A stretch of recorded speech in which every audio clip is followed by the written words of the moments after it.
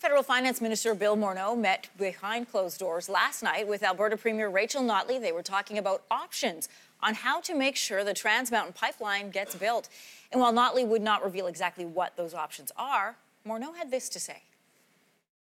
And what I confirmed to her is that we are working using all the tools at our disposal to make sure that we move forward in short order to absolutely ensure that this project goes forward. Well, that meeting was the latest attempt by the federal government to ensure that the pipeline project does, in fact, move forward. Joining us this morning from BNN is Jameson Berkow. And Jameson, what does all the tools mean? Well, there are plenty of them, Anne-Marie, and as we just heard from the finance minister, not really opening the kimono too wide on which ones they're considering, but they could possibly go some extreme routes. And I know that Jim Carr, the natural resources minister, has kind of hinted at the possibility that we could see the military get involved. He's walked that way back after he said that in 2016. It sounded a bit extreme to a lot of people. It was at the time a really off-the-cuff remark when he was speaking to an audience in Edmonton, just to say that if people don't choose to respect the law, that we have police forces and military forces that are available. He wasn't suggesting they would use them, but they do have the Emergencies Act. That would be certainly the most extreme option that the government would pursue. But that's sort of way down the road.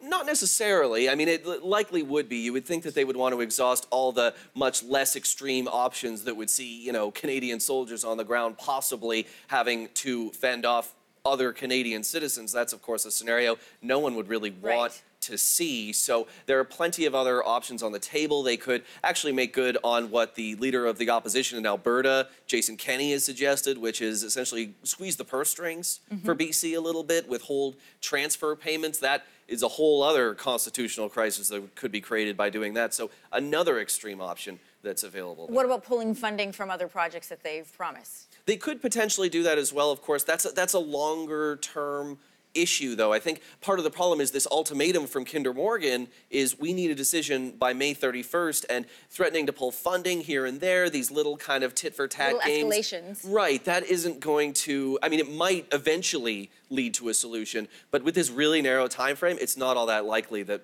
that would work fast enough. Given the fact that we're talking about financial repercussions potentially, is it fair to say then that political tit-for-tats just aren't enough in this situation? Well, not necessarily, actually, Anne-Marie, because there is a kind of political tit-for-tat that got raised by the kingmaker in BC himself, Andrew Weaver, who, of course, in many ways more powerful than the Premier, John Horgan, since he could bring down the government tomorrow if he decides that he's run afoul of an agreement that he's had with John Horgan. And we actually spoke to him on BNN yesterday. It was really is must-watch TV, bnn.ca. You should really check it out, where he eventually capitulated to the idea that he'd be open to a compromise in the form of refining in Alberta. Basically, they're not really all that against the pipeline. It's what's in it. It's the bitumen. It's that stuff that's about as thick as peanut butter in its natural state that many have decried the possible environmental concerns that could arise if there is a pipeline spill. But if there's gasoline or jet fuel or other petrochemical products in that pipeline,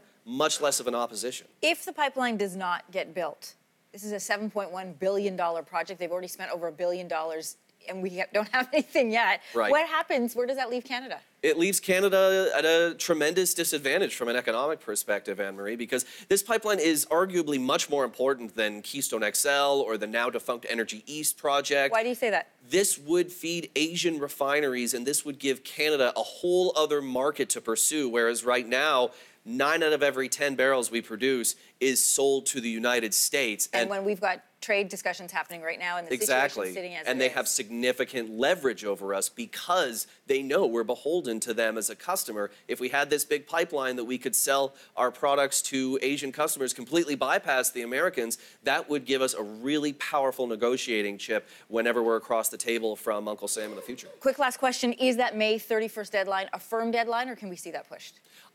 They say it's firm, and I guess we just have to take the company at their word. But, of course, many shareholders and analysts that cover the stock would love to see that get extended because, of course, big financial carnage for the company if they end up having to walk away. This beat is your wheelhouse, so thanks so much for coming on to talk to us more about it this morning, Jameson. It's my pleasure, Anne-Marie.